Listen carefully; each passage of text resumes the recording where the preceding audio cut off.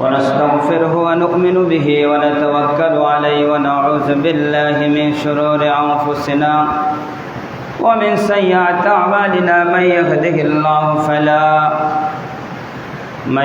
الله فلا مضل له ومن يضلل فلا هادي له ونشهد أن لا إله إلا الله وحده لا شريك له وأشهد أن محمدا عبده ورسوله الذي أرسله بالحق بشيرا ونذيرا وداعيا إلى الله بإذنه وسراجا منيرا أما بعد فقد قال الله تبارك وتعالى في كلامه المجيد والفرقانه الحميد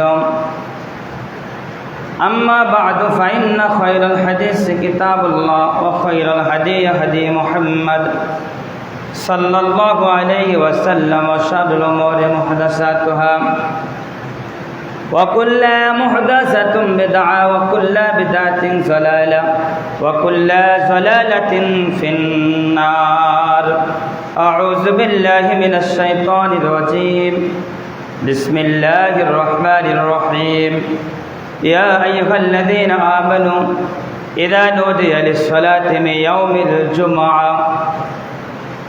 يوم الجمعة فاسعوا إلى ذكر الله وذروا البيع ذلكم خير لكم إن كنتم تعلمون فإذا قضيت الصلاة فانتشروا في الأرض وابتغوا من فضل الله واذكروا الله كثيرا لعلكم تفلحون وإذا رأوا تجارة أو لهوا انفضوا إليها وتركوك قائما قل ما عند الله خير من اللهو ومن التجارة والله خير الرازقين والعصر إن الإنسان لفي الخسر إلا الذين آمنوا وعملوا الصالحات وتواصوا بالحق وتواصوا بالصبر وعن أبي أنس حديث قال رسول الله صلى الله عليه وسلم ما أسفل من الكعبين من الرجال في النار رواه المسلم তাওহীদ এক ঝান্ডা নিয়ে আসলো নওজওয়ান নইরে নতুন হয় পুরাতন এরাই সাবেক দল দুনিয়া হতে শিরক বিদআত করবে রসাতল আল কোরআনের হাদিস নিয়ে হই বজাদের খারা মানব না ভাই কারো কথা আল্লাহ রাসূল সারা মানব না ভাই কারো কথা আল্লাহ রাসূল সারা একটা কোরআন দেন তো কোরআন আল কোরআনের হাদিস নিয়ে হই বজাদের খারা মানব না ভাই কারো কথা আল্লাহ রাসূল সারা একমাত্র কোরআন দিয়ে করব সমাধান তাওহীদ এক ঝান্ডা নিয়ে আসলো নওজওয়ান নইরে নতুন হয় পুরাতন এরাই সাবেক দল দুনিয়া হতে শিরক বিদআত করবে রসাতল গোলাপজার সেটাও কেন মৃত্যু কবর পারে পয়সা করে চাল দিয়ে কি লাভ হবে তাতে লাভ হবে না কবর পাকা কইরা দিয়ে শান তাওহীদ এক ঝান্ডা নিয়ে আসলো নওজওয়ান নইরে নতুন হয় পুরাতন এরাই সাবেক দল দুনিয়া হতে শিরক বিদআত করবে রসাতল আলহামদুলিল্লাহ যাবতীয় প্রশংসা আর জানা আসিফ তো সেনা মহান রব্বুল আলামিনের জন্য যেই মহান রব্বুল আলামিন আমাদেরকে পবিত্র জুমার দিনকে স্মরণ করে মহান রব্বুল আলামিন অসংখ্য মানুষের মাঝ থেকে যাকে আল্লাহ ভালোবাসে যাকে আল্লাহ পছন্দ করে সে আল্লাহর প্রিয় বান্দা বান্দিরা আমরা আল্লাহ পাকের ঘরে আসতে পেরেছি সেই রবের দরবারে লাখ কোটি শুকরিয়া আদায় করি সকলে বলি আলহামদুলিল্লাহ সবাই একটু আগে আসতে হবে মসজিদের পরিবেশ তৈরি করতে হবে মসজিদের পরিবেশ আছে আসার নিয়ম আছে বসার নিয়ম আছে যাওয়ার নিয়ম আছে কিনা বসার নিয়ম আছে আগে আপনাকে আসার নিয়ম শিখতে হবে তারপরে বসার নিয়ম শিখতে হবে, তারপরে আপনার যাওয়ার যে পদ্ধতি, যাওয়ার যে একটা নীতি, যাওয়ার যে একটা সুন্দর পরিবেশ, এইগুলি আপনি আমি সকলকে এইগুলি তৈরি করতে হবে। মহান রব্বুল আলামিন এই মসজিদের আদর্শ, মসজিদের আদব কায়দা অনুযায়ী আমরা সকলে আসব এবং সুন্নত তরিকা বসব। মহান রব্বুল আলামিন আমাদেরকে আসে এবং বসার সুযোগ দান করে দেখ, সকলে বলে আল্লাহুম্মা আমিন। মহান রব্বুল আলামিন আমাদেরকে ভালো রেখেছে, তাই না? সুস্থতা রেখেছে, ভালো রেখেছে। ইচ্ছা করলে আমাদেরকে মেডিকেলে রাখতে পারতেন, ঘরের কোনায় বিছানায় বছরের পর বছর বিছানায় রাখতে পারতেন। মহান রব্বুল আলামিন আমাদের মতো অনেক আল্লাহর বান্দা বান্দিরা মেডিকেলে শুয়ে আছে, বছরের পর বছর, মাসের পরে মাস তারা মেডিকেলে শুয়ে আছে, বিভিন্ন ক্লিনিকে শুয়ে আছে। তাদেরকে মহান রব্বুল আলামিন অসুস্থ রেখেছে, আমাদেরকে সুস্থতা রেখেছে, ভালো রেখেছে। ভালো মন্দ বোঝার জন্য জ্ঞান দিয়েছে, বিবেক দিয়েছে, সঠিক পথ চেনার জন্য মহাগুরুত্ব আল কোরআন দিয়েছে। সেই মাবুদের দেওয়া জবান দিয়ে আমরা সকলে সেই রবের দরবারে আরেকটি বার প্রশংসা করে সকলে বলে আলহামদুলিল্লাহ। প্রশংসা করলে খুশি হয় কে? আল্লাহ। যদিও আজকে বৃষ্টি, এটা হলো একটা পরীক্ষা, নামাজীদের জন্য একটা পরীক্ষা। শোনেন, যে কোনো কথা বলবো আজকে, যতক্ষণ আলোচনা হবে মনোযোগ দিয়ে শুনবেন এবং আমি সহ আমাদের সকলেই যেন আমরা আমল করতে পারি। আল্লাহ পাক তৌফিক দান করুক বলে আমিন। শুধু শুনলে হবে না, আমল করতে হবে। আমল হলো মেন জিনিস। যেমন আমরা মসজিদে প্রবেশ করেছি, এটি এমন একটি দামি ঘর, এই ঘরের সাথে অন্য কোনো ঘরের তুলনা হবে না। সেই ঘর, যেই ঘরের দাম আপনি দিতে পারবেন না, এর সে কোটি কোটি টাকা দিয়ে মানুষ 5-20 তলা বিল্ডিং করতেছে, কিন্তু এটা এমন একটি ঘর, যেই ঘরে আপনি আসবেন, যতক্ষণ থাকবেন ততক্ষণ নেকি দেয় কে? নেকি দেয় কে? আল্লাহ। এখানে আপনি যতক্ষণ থাকবেন ততক্ষণ আপনাকে মহান রব্বুল আলামিন নেকি দেয়। গুনাহ থেকে আমি আপনি বাঁচার জন্য একমাত্র পথ হলো ইলা হাযা মসজিদ, একমাত্র জায়গা হলো মসজিদ। এখানে আল্লাহর বান্দা বান্দিরা আসবে, সালাত প্রতিষ্ঠিত করবে। এখানে যতক্ষণ থাকবে দিন দুনিয়ার কথা বন্ধ, হাটঘাটের কথা বন্ধ, বিভিন্ন কথা বন্ধ থাকবে। আপনি যতক্ষণ এখানে থাকবেন ততক্ষণ আপনার শুধু নজর থাকবে ইমাম সাহেব যতক্ষণ আলোচনা করে আপনাকে শুনতে হবে। তাও অনুযায়ী আপনাকে জীবন গঠন করতে হবে, পরিবার গঠন করতে হবে, ছেলে মেয়ে গঠন করতে হবে। এর নাম মুসলমান। মহান রব্বুল আলামিন আমাদের সকলকে নবীর সুন্নত তরিকা জীবন গঠন করার তৌফিক দান করুক বলে আমিন। অতঃপর শান্তি বর্ষিত হোক শ্রেষ্ঠ নবী, বিশ্ব নবী জনাবে মুহাম্মদুর রাসূলুল্লাহ সাল্লাল্লাহু আলাইহি ওয়াসাল্লাম। মহান রব্বুল আলামিন কুরআনুল কারীমে 1 নয় 2 নয় 450 আয়াত নাজিল করেছেন। আপনি আবার নবী বিশ্ব নবীর উপরে 450 আয়াত নাজিল করেছেন। এই পবিত্র কুরআনুল কারীমে 1 নয় 2 নয় 25 জন নবীর জীবনে বলা আছে, যেরকম সুবহানাল্লাহ। কয়জন নবীর কথা বলা আছে? 25 জন নবীর কথা। 1 নয় 2 নয় 25 জন নবীর জীবনে এই মহাগুরুত্ব আল কোরআনে তুলে ধরা হয়েছে, যা বলা হয়েছে। কে দিয়েছে? মহান রব্বুল আলামিন। শোনেন, আজকে যদিও বৃষ্টি, আমরা বৃষ্টি যারা অপেক্ষা করে, বৃষ্টির মাঝেও যারা নামাজে আসছে, অনেকে হয়তো মসজিদে আসে নাই, এটা একটা পরীক্ষা। যারা নামাজি, যারা আসলে আল্লাহর ভয় যাদের অন্তরে আছে, যারা তাকওয়া শব্দ অর্থ হলো ভয় করে, যারা ফজরের সালাত পড়েছে, এরা জীবনেও জুমার সালাত বাতিল করবে এমন কথা আমার মেমোরিতে আসে না, এমন কথা আমার বিবেকে আসে না। যারা ফজরের নামাজ যারা আমরা পড়েছি, অটোমেটিক তারা বৃষ্টি হোক, ঝড় হোক, তুফান হোক, যেভাবেই হোক না কেন, তারা মসজিদে আসবেই। এর নাম হলো মুসলমান। সুবহানাল্লাহ বলেন। দাবি করলাম মুসলমান, দাবি করতেছি মুসলমান। আমাদের যে কর্ম, আমাদের যে কালচার, আমাদের যে চলাফেরা, আমাদের যে খানাপিনা, আমাদের যে আচার আচরণ, আমাদের যে লিবাস, তা নবীর তরিকা মতো হয় না। শুধু দাবি করি মুসলমান, অন্তরে বলি আরেকটা, মুখে বলি মুসলিম, অন্তরে আরেকটা, মুখে বলি সত্য কথা, অন্তরে আরেকটা। শোনেন, মুখে যা বলবেন অন্তরে তাই হবে, অন্তরে যা হবে মুখে তাই হবে। এর নাম মুসলমান। মুসলমান যার ভিতরে, মুসলমান কাকে বলে আজকে আমি আপনাকে জানিয়ে দেব মহাগুরুত্ব আল কোরআন থেকে। মহান রব্বুল আলামিন আমাদের সবাইকে এই কোরআন থেকে তরজমা সহ শোনায় এবং আমল করার তৌফিক দান করুক বলে আমিন। আলোচনা যাই যেটাই নিয়ে আসুক, মুসল্লি যদি কম হয়, শোনেন, মসজিদ হাজার হাজার মসজিদ আছে কিনা? এমনও জায়গা আছে এখানে মসজিদ 5-7 থাকাও মসজিদ। আমি ঢাকা শহরে যাই, দেখেন বিল্ডিংয়ে বিল্ডিংয়ে মসজিদ আছে কিনা, সেখানে লোকজনও বেশি, অনেক মানুষ দেখা যায় তারা জুমার সালাতের জন্য আগেই মসজিদে হাজির। কার আগে কে আসবে, কে কিভাবে আসে, সামনে কাতারে অংশগ্রহণ করবে, কার সে কে আগে আসবে, এইরকম একটা প্রতিযোগিতাতে মুসলমানদের মধ্যে থাকা দরকার আছে কিনা? থাকা দরকার। যারা আমরা এই সমাজে আসি সবাই যদি মসজিদে আসি, মসজিদে জায়গা হবে না, এ কথাই ঠিক। হ্যাঁ, এ কথাই ঠিক।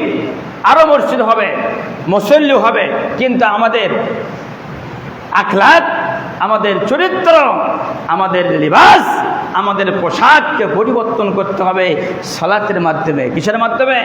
সালাতের মাধ্যমে।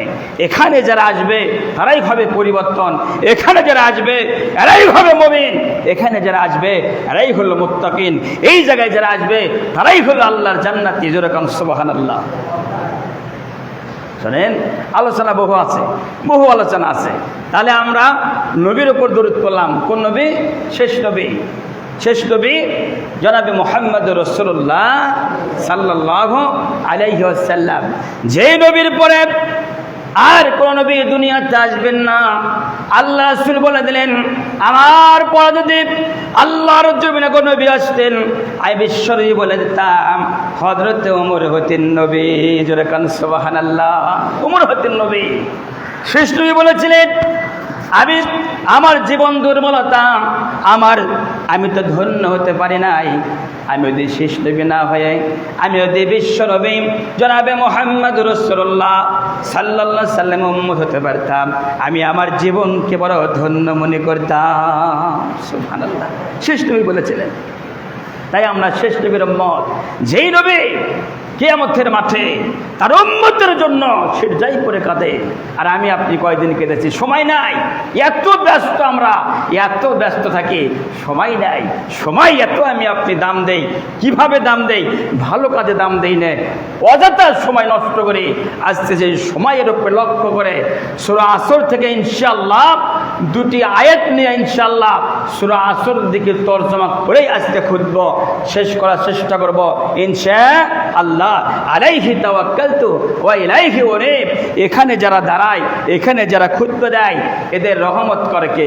এখানে ক্ষমতা নিয়ে দাঁড়ান যায় না, এখানে শক্তি নিয়ে দাঁড়ান যায় না। এই জায়গায় দাঁড়াতে হলে একমাত্র রহমত লাগবে কার? আল্লাহর। খাস রহমত ছাড়া এই মিম্বরে দাঁড়িয়ে খুতবা দেওয়ার মতো প্লেয়ার হয় নাই। আল্লাহ রাসূল বলেছেন, আমি যখন খুতবা দাঁড়িয়ে গেলাম, আমি যখন খুতবা দিতাম, ইলা হাজা মসজিদ কবরি বালাগাতিস সাআ, আমি যখন খুতবা দিতাম, বয়ান করেছিলাম, সমস্ত সাহাবীরা আমি বিশ্বনবী আমার দিকে তাকিয়েছিলেন, হাবিবাতান আলাল মিজান হাবিবাতান আলার রহমান। আমি আলোচনা করেছি, বিশ্বনবী বললেন, আমি যখন দাঁড়িয়ে গেলাম সমস্ত সাহাবীরা আমার দিকে তাকিয়েছিলেন, এমনকি কোনো শব্দ ছিল না, আজেবাজে কোনো কথা ছিল না। খুতবা চলাকালের অবস্থায় আমি লক্ষ্য করলাম আমার একজন সাহাবী হযরতে ওসমান হাউমা করে কাঁদছে। আমি লক্ষ্য করলাম ওসমান এত কাঁদা কাঁদছে। আমার সাহাবী ওসমান যেমন ছিল ধনী, তেমন ছিল মন, তেমন ছিল কথা, তেমন ছিল লিবাস, তেমন ছিল পোশাক। বাবাজিরা আমার, আমি যখন খুতবা দিয়েছিলাম আমার সাহাবী হযরত ওসমান হাউমা করে কেঁদেছে। আমি খুতবা শেষ দিয়ে 2 রাকাত নামাজ শেষ দিয়ে বললাম, আমার সাহাবী, ও আমার সাহাবী ওসমান, আজকে তুমি কেন এত কাঁদলে? আজকে তুমি কি বুঝতে পেরেছ? আজকে আলোচনার ভিতরে কি এমন কথা তোমার অন্তরে গেল? ওসমান আমার সাহাবী, আজকে কেন এত কাঁদলে? আল্লাহর নবী সাহাবী হাউমাউ করে কাঁদে, লাব্বাইক লা শারিকা লাকা লাব্বাইক ইন্নাল হামদা নি'মাতা লাকা ওয়াল মুলক লাব্বাইক। ও নবী, আমি আজকে আপনার আলোচনার মাঝে, আজকে আপনার কথার মাঝে আমি আপনার সাহাবী, আমার অন্তরে এত ভালো লেগে গেছে, যেমন অন্তরটা নরম হয়ে গেল। আর নরম হওয়ার সাথে সাথে আমি ওসমান, আমি চোখে পানি রাখতে পারি নাই। জোরে কোন সুবহানাল্লাহ। মনোযোগ দিয়ে শুনতে হবে আর আপনাকে চেষ্টা করতে হবে আপনার মন নরম হয় কিনা, দেখেন আপনার চোখে পানি আসে কিনা। আপনার চোখের পানি আল্লাহর দরবারে এত দামি, আপনার চোখের পানি আল্লাহর দরবারে এত পছন্দ। আল্লাহ বলেছেন, যদি আমার বান্দা পাহাড় পরিমাণ গুণ করে, পাহাড় পরিমাণ গুণ করেছে, এমন গুণ করেছে বাপ জানে না, এমন গুণ করেছে স্ত্রী জানে না, এমন গুণ করেছে তার সন্তান জানে না, এমন গুণ করেছে তার ভাই জানে না, কিন্তু আমি আল্লাহ অবশ্যই জানি। পাহাড় পরিমাণ গুণ নিয়ে আমার বান্দা যদি আমার ঘরে যে সিজদায় পড়ে যায় আর 2 ফোঁটা চোখের পানি ছেড়ে দেয়, আমি রব্বুল আলামিন আমার আরশ আজিমে পৌঁছে দেয়, আমি মহান রব্বুল আলামিন বান্দাকে সঙ্গে সঙ্গে ক্ষমা করে দিয়ে চলে। কারণ সুবহানাল্লাহ, এটা সেই ঘর যে ঘরের দাম দেওয়া যাবে না। এই জন্য সকলকে আগে আসতে হবে। মসজিদে ঝড় হোক, বৃষ্টি হোক, তুফান হোক, যেভাবেই হোক না কেন আপনাকে মসজিদে আসতে হবে, এ কথাই ঠিক, আগে আসতে হবে। এটা চূড়ান্ত একটা হাদিস। আপনি এই কথায় সুই ঢুকানোর কোনো সুযোগ নাই। যদি আপনি পরে আসেন তাহলে আপনার খাতায় ফেরেশতারা, যে 2টি ফেরেশতা আছে সূরা ইনফিতরের মাঝখানে 2টি আয়াত আছে, কিরামান কাতিবিন ইয়ালামুনা মা তাফআলুন। প্রতিটা মানুষের দুকাদের ভিতরে 2টি ফেরেশতা আছে কিনা? আছে না? আছে। তাহলে ইমাম যখন দাঁড়িয়ে যায়, এই মিম্বরে ইমাম যখন দাঁড়িয়ে যায়, 2টি ফেরেশতা খাতা কলম বন্ধ করে তারাও খুতবার শামিল হয়, তারাও আমাদের মাঝে বসে বসে খুতবা শোনে। তাহলে আপনি বলে দেন, আপনি যে পরে আসতেছেন, তাহলে আপনার নাম কিন্তু খাতায় ওঠে না। এখানে আপনি সুই ঢুকাতে পারবেন না, কোনো কথাই চলবে না। আপনাকে আগে আসতে হবে। আপনি আসবেন ঠিক, কিন্তু আপনাকে আগে আসতে হবে। যদি আপনি মনে করেন যেমন আজকে ঝড় বৃষ্টি, ঝড় না মানে বৃষ্টি হতেছে, আস্তে বৃষ্টি হতেছে, যদি কেউ বলা হয় যে ঘুনাতলাতে 500 করে টাকা দেওয়া হবে, ঝড় হোক বৃষ্টি হোক, মানুষের লাইন ধরবে কিনা? ধরবে কিনা? কার আগে কে যাবে? ওখানে যদি বলা হয় গরিব নাই, ধনী নাই, এতিম অসহায় নাই, যাই ওখানে যাবে সেই 500 টাকা পাবে। আমার মনে হয় লাইনের উপরে লাইন, কাঁধে কাঁধ মিলিয়ে একইবারে এলাকার লোক থাকবে না। কিন্তু আজকে যে দিনের মর্যাদা, আজকে যে জুমার দিনের যে মর্যাদা, যে দাম, যে ফজিলত, আপনাকে আমি বোঝাইতে পারবো না। আমি আপনাকে কিভাবে বুঝবো? আমি আপনাদের ছেলে, আমি বেশি কিছু বলতে গেলে অনেকে ভাববেন অতিরিক্ত বললো না। আমার কোনো কথা নয়, মহাগুরুত্ব আল কোরআনের কথা, মহান রব্বুল আলামিনের কথা, কোরআনের যা আছে মুসলমানকে তা শুনতে হবে এবং আমল করতে হবে। মহান রব্বুল আলামিন আমাদের সবাইকে আমল করার তৌফিক দান করে বলে আমিন। শোনেন, আগে আসলে কি লাভ হবে এটা আজকে আপনি জানলেন। আগে আসলে কি হবে, পরে আসলে কি হবে। আগে আসবেন, কোন দিক থেকে বসবেন, এই আদব কায়দাগুলি আগে শিখতে হবে, তারপরে মসজিদে প্রবেশ করতে হবে। নাম্বার 1, আপনি মসজিদে ঢুকবেন, ডান পাও দেবেন। কোন পা দেবেন? ডান পা। কোনো সময় যেন ভুল না হয়, এলোমেলো যেন না হয়, উল্টো পাল্টা যেন না হয়। আপনি ওযু করবেন সুন্দর করে, ওযুর ভিতরে তাড়াহুড়ো নাই। মনে করে আজকে ক্লাস হচ্ছে, আপনি কিছু শিখে যান। আসলেন 2 রাকাত নামাজ পড়ে চলে গেলেন, সিজদা হয় না, রুকু হয় না, প্রবেশ করতে পারেন নাই, ওযু হয় না, গোসল হয় না, কিচ্ছু আপনি হলো না। কিছু মানুষ ঘুমায়, কিছু মানুষ আলোচনা শোনে, কিছু আসছে আগে, কিছু আসছে পরে। এমন কথা চলবে না। সমাজে যারা থাকবে আগে আসতে হবে। ইমাম যারা ইমামতি করবে এদের টার্গেট থাকবে প্রতিটা মুসল্লি আগে আসবে। এ কথাই ঠিক। আপনি যখন মসজিদে প্রবেশ করবেন, আপনি যখন ওযু করবেন, করবেন, ওযু কোনো তাড়াহুড়ো নাই, সুন্দরভাবে ওযু করবেন। ওযু করার পর বলবেন আশহাদু আল্লা ইলাহা ইল্লাল্লাহু ওয়াহদাহু লা শারীকা লা ওয়া আশহাদু আন্না মুহাম্মাদান আবদুহু ওয়া রাসূলুহু। বুখারী শরীফে হাদিস আছে, আল্লাহ রাসূল বলেছেন কেউ যদি ওযু করে, ওযু করার পরে যে দোয়া বলে আশহাদু আল্লা ইলাহা ইল্লাল্লাহু ওয়াহদাহু লা শারীকা লা ওয়া আশহাদু আন্না মুহাম্মাদান আবদুহু ওয়া রাসূলুহু, আল্লাহ বলেন নবী আপনি জানিয়ে দিন যে আপনার উম্মত ওযু করার পর যদি এই দোয়াটুকু পড়ে জান্নাতু আরদুহা মিনাস সামাওয়াতি ওয়াল আরদি, আমি মহান রব্বুল আলামিন 8টি জান্নাতের দরজা তার জন্য খুলে দিলাম। জোরে কোন সুবহানাল্লাহ। এত সওয়াব কেউ পাওয়া দিতে পারবে না, সরাসরি আপনি জান্নাতে যাবেন, এ কথাই ঠিক। ওযু শেষ হয়ে গেল, দোয়া হয়ে গেল, আপনি মসজিদে প্রবেশ করবেন, ডান পা আগে দেবেন আর বলবেন আল্লাহুম্মা ইফতাহ লি আবওয়াবা রাহমাতিকা। আছে কিনা? দোয়া জানি সবাই, অনেকে আবার জানি না, জানলেও তা আমল করি না। এই মর্যাদা, এই দোয়ার যে দাম, যে মর্যাদা, আমি আপনাকে কি দিয়ে বোঝাবো? এখন যদি বলা হয় যে একে দোয়া পারেন, অনেকে বলবে আজকে কেন ধরলেন? আমি তো আপনাকে বলবো না, আপনি শেখেন, আপনি শিখে আমল করেন, তাহলে আপনি লাভবান, তাহলেই আপনি নামাজের ভিতরে তৃপ্তি পাবেন, মসজিদে প্রবেশ করে আপনি তৃপ্তি পাবেন, মজা পাবেন। আপনি কিছুই জানেন না, আপনি বুঝতে পারছেন না এটা এই ঘরের কি দাম, কি মর্যাদা, এটা আপনি বুঝতে পারছেন না। আপনি মসজিদে প্রবেশ করবেন, আল্লাহুম্মা ইফতাহ লি, হে আল্লাহ, আবওয়াবা রাহমাতিকা, আল্লাহ আমি তোমার গোলাম, আমি তোমার বান্দা, এক সপ্তাহ আমি গুনাহ করেছি আল্লাহ রব্বুল আলামিন, আমার জীবনে গুনাহ আছে, আমার জীবনে পাপ আছে আল্লাহ। আল্লাহুম্মা ইফতাহ লি আবওয়াবা রাহমাতিকা, আল্লাহ আমি তোমার গোলাম, আমি তোমার বান্দা, আমার জন্য তোমার রহমতের দরজাটা খুলে দাও। জোরে কোন সুবহানাল্লাহ। কি সুন্দর কথা। মসজিদে প্রবেশ করার পর মুখ থাকবে বন্ধ, আজে বাজে কোনো কথা হবে না, যার যেখানে মন চায় বসবে তা চলবে না। আপনাকে ডান দিক থেকে বসতে হবে, 2 রাকাত 4 রাকাত সুন্নত পরে বসতে হবে এবং সুন্নত রেখা বসবেন।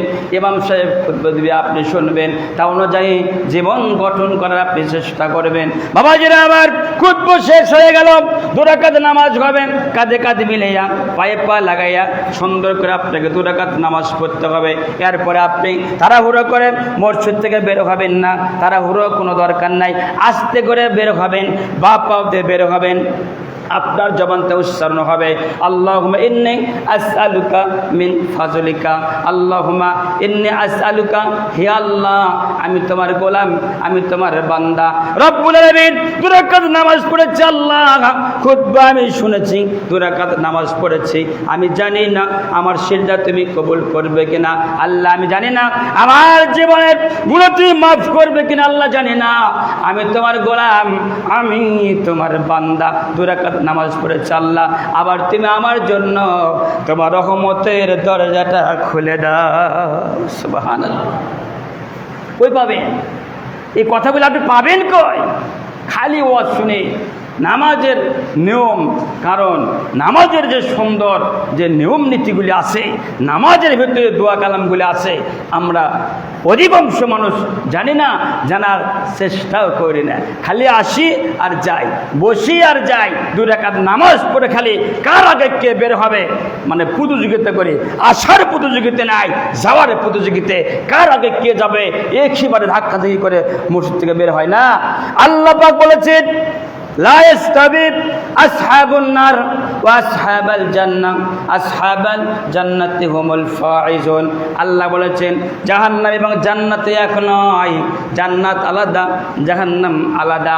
আল্লাহ পাক বলেছেন জান্নাতি মানুষগুলি যারা হবে, আল্লাহু ওয়ালিয়ুল্লাযীনা আমানু ইখরিজুহু মিনাজ যুলুমাতি ইলান নূর।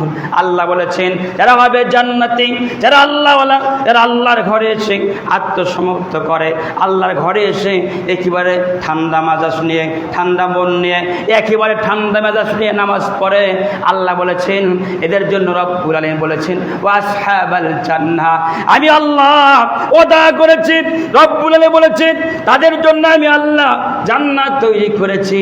মানজাল্লাযী ইয়াশফাহু, বান্দা অপেক্ষা থাকো মৃত্যুর পরে আমি আল্লাহ তোমাকে জান্নাতুল ফেরদাউস দিয়ে দেব। জোরে কান সুবহানাল্লাহ। এখানে আসলে তাড়াহুড়ো নাই, ঠান্ডা মাথায় বের হবেন, তাড়াহুড়ো নাই, হিংসা কিনে নাই, ঝগড়া নাই। এটা সেই ঘর যেই ঘরে আপনি যতক্ষণ থাকবেন ততক্ষণ সওয়াব আর নেকি, যতক্ষণ থাকবেন ততক্ষণ আল্লাহ রহমত আর রহমত। শুধু তাই নয়, আল্লাহ বলেছেন আমি জান্নাতের ফেরেশতা দিয়ে, জান্নাতের ক্যামেরা দিয়ে আমি রব্বুল আলামিন আমার বান্দাদের চেহারাগুলি ভিডিও করি এবং অডিও করি। কিয়ামতের মাঠে অবশ্যই আমি আল্লাহ আমার ঘরে যে যারা সিজদা দেয়, আমাকে আত্মসমর্পণ করে, তাদেরকে আমি এই ক্যামেরা দিয়ে ভিডিও করেছি, আমি আল্লাহ তাদেরকে দেখাবো এবং শুনিয়ে দেবো। যেরকম সুবহানাল্লাহ। এই জন্য আগামী জুমা থেকে যদি আল্লাহ বেঁচে রাখে সবাই আগে আসবেন ইনশাল্লাহ। বলেন সমাজে দেখবেন কে আসে না একটু বলবেন, ছেলে মেয়ে ছোটো বড়ো যাই আছে সবাই মসজিদে আসবেন। পারিবারিক হিংসা থাকতে পারে, মসজিদে আপনি আসতেই হবে, মসজিদে আসবেন, আগে ভাগে আসবেন, একেবারে সকাল থেকে রেডি হবে মসজিদে আসার জন্য।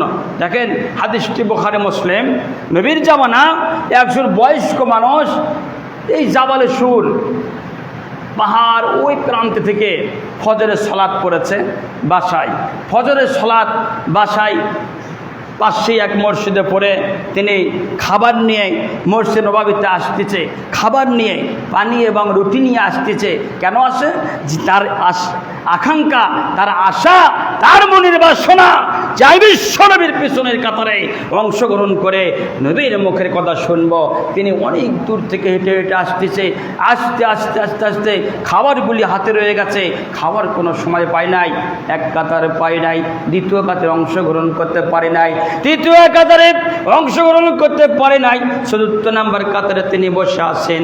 আল্লাহ নবী খুতবা শেষ দিয়ে নামাজে দাঁড়িয়ে বললেন কাতার সোজা করো, কাতার সোজা করে দাঁড়িয়ে যাও। সবার দাঁড়িয়ে গেলেন। আল্লাহর ওই বান্দা, আল্লাহর ওই গোলাম দাঁড়াইতে পারে না। আল্লাহ নবী নামাজ শেষ দিয়ে বললেন আবার সবার সাহাবী অথবা আল্লাহর বান্দা, আমি কয়েকবার বলেছি হযরতে ওমর পাশে ছিলেন, কত বড় বেয়াদব নবী আমার, কয়েকবার বলেছে কাতার সোজা করো, সবাই দাঁড়িয়ে গেল, উনি কেন দাঁড়াই না, এত বেয়াদবি কেন করলেন? তিনি বলেছেন চোখ দিয়ে পানি ছেড়ে কান্দে, আমি কোনো বেয়াদবি করি নাই, আমি কোনো বেয়াদবির কাজ করি নাই। নবী আমার চারবার করে বলেছেন কাতার সোজা করেন, কাতার সোজা করো, সবাই দাঁড়িয়ে গেল, আল্লাহর গোলামটি দাঁড়াইতে পারে না। নবী আমার 2 রাকাত নামাজ শেষ দিয়ে আস্তে আস্তে করে কতগুলি সাহাবী মসজিদ ত্যাগ করে চলে গেলেন। আল্লাহর গোলামের কাছে নবী আমার হেঁটে হেঁটে যেয়ে বললেন আল্লাহর গোলাম, আল্লাহর বান্দা, তুমি কেন দাঁড়াইলে না, তোমার কি হলো? আল্লাহ রাসূল বলে আমার রাগ করো না, থেমে যাও, থেমে যাও, আমি বিশ্ব নবী নিজেই তার কাছ থেকে শুনবো। যেরকম সুবহানাল্লাহ। নবী আমার আস্তে আস্তে করে গেলেন, কেন কথা বোঝো নাই, কি হলো, তুমি কেন দাঁড়াও নাই? আল্লাহর গোলাম 2 চোখ দিয়ে পানি ছেড়ে ছেড়ে কাঁদে আর কয় নবী গো, আপনি বলেছেন আমি শুনেছি, কিন্তু আমি আল্লাহর এমন একটি গোলাম, আমি আল্লাহর এমন একটি বান্দা, সকাল থেকে এই পর্যন্ত আমি পানি পর্যন্ত পান করি নাই। ও নবী, আমার ইচ্ছে ছিল আপনার পিছনে কাতারে দাঁড়িয়ে, আপনার পিছনে কাতারে দাঁড়িয়ে 2 রাকাত নামাজ পড়বো। নবী গো, আপনার পিছনে বসে বসে আপনার খুতবা শুনবো।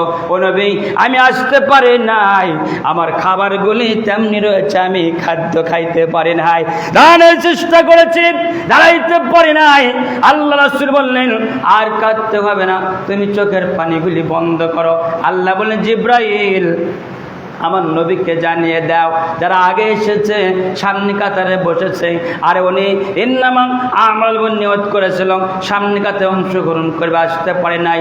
নবী আপনি বলে দিন আমি রব্বুল আলামিন সামনে কাতারে যারা বসেছে যত নাকি আমি আল্লাহ দিয়েছি অবশ্যই তত নাকি আমি তাকে দিয়ে দিলাম। যেরকম সুবহানাল্লাহ।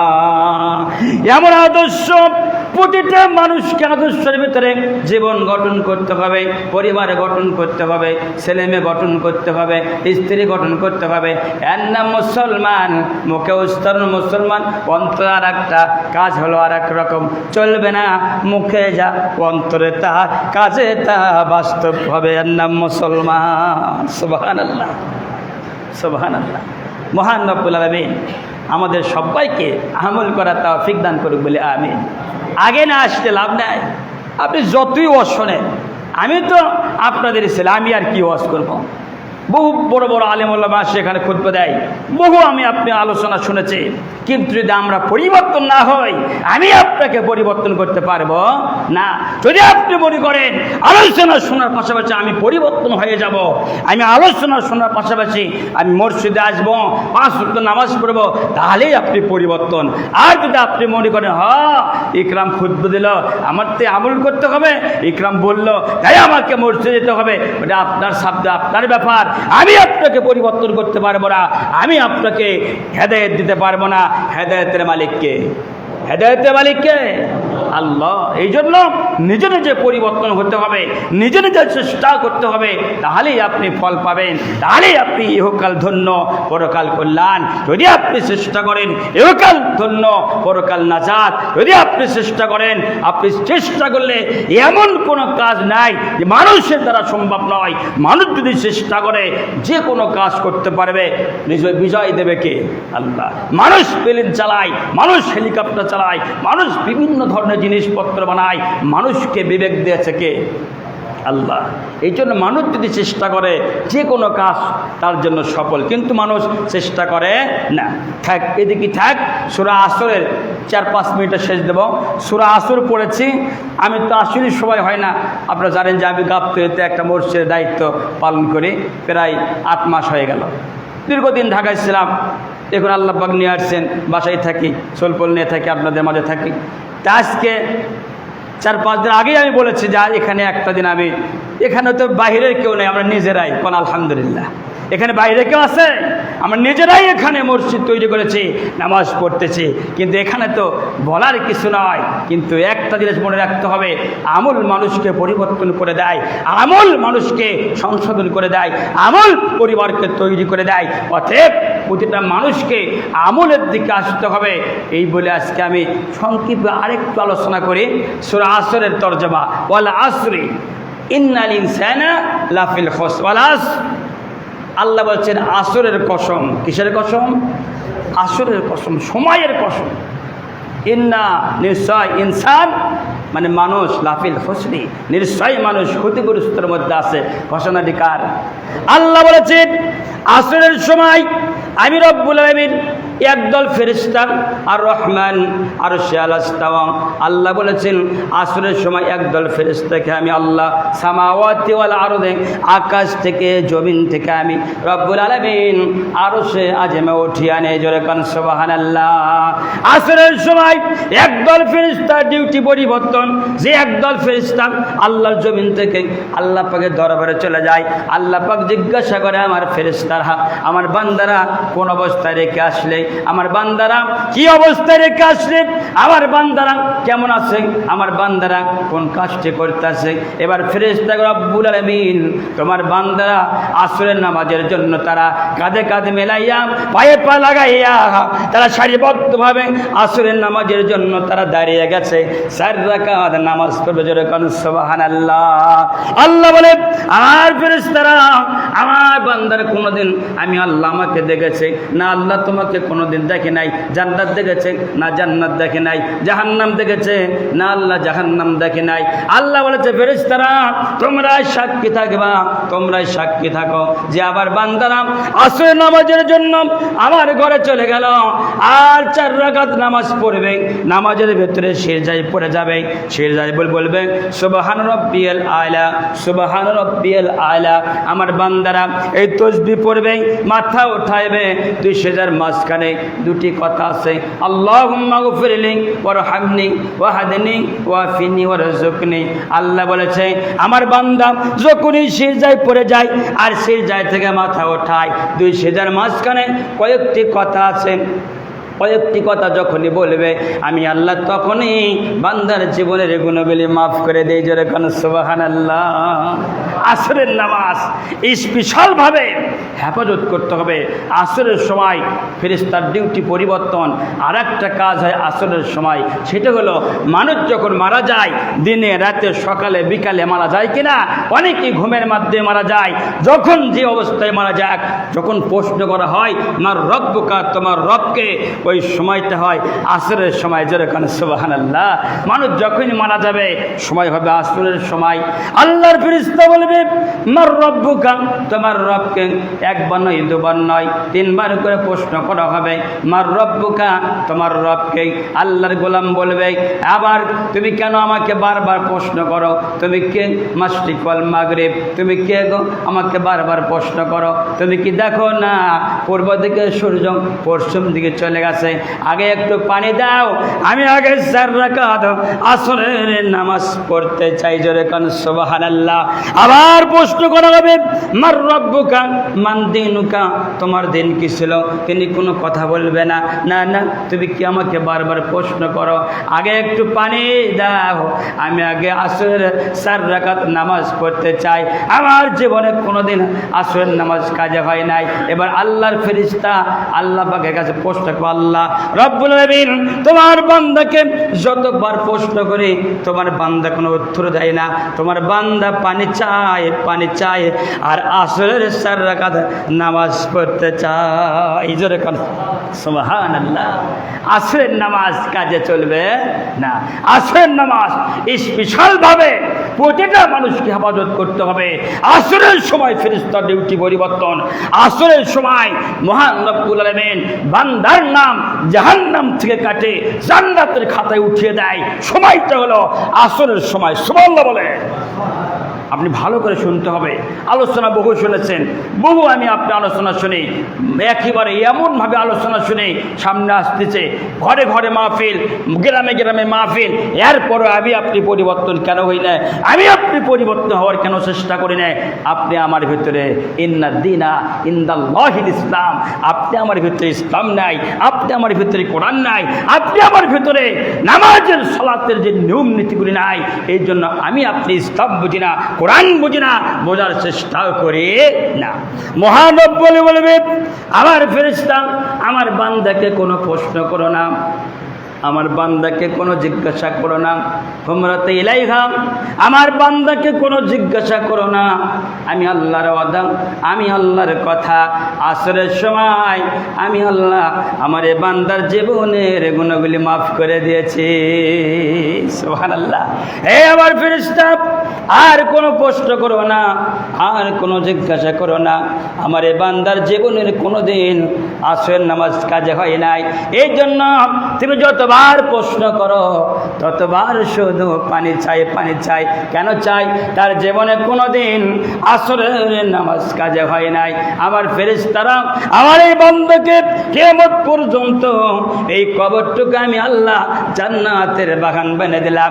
আমার ফেরেশতারে আমার এই বান্দাকে আর কোনো জিজ্ঞাসা করো না, আর কোনো প্রশ্ন করো না।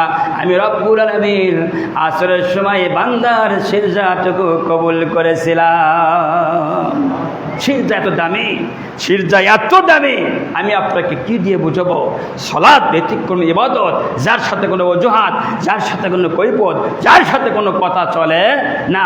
সালাত ব্যতিক্রম একটা ইবাদত, যার সাথে কোনো অজুহাত চলবে না, কোনো কথাই চলবে না। যাই যে অবস্থায় থাকবে সালাত পড়তেই হবে। এর নাম মুসলমান। 1 ওয়াক্ত নামাজ পড়লাম, 4 ওয়াক্ত খবর নাই, 2 ওয়াক্ত নামাজ পড়লাম, 3 ওয়াক্ত খবর নাই, জুমার সালাত নিয়ে পাগল হয়ে গেলাম, ঈদের নামাজ নিয়ে ব্যস্ত হয়ে গেলাম।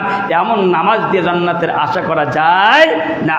শোনেন, আমরা এই মসজিদের সময় শুরু থাকবে 1টা বা 1:05 নামাজ শুরু হবে।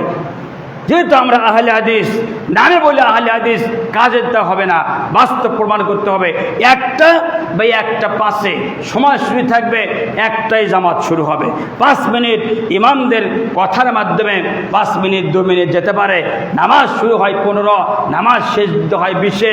তাহলে আপনি বলেন তাহলে আপনি বলেন, কিভাবে আপনি বলেন যে আমি সহি আকীদা পালন করি, সহি আকীদার উপরে আমি জীবন গঠন করছি?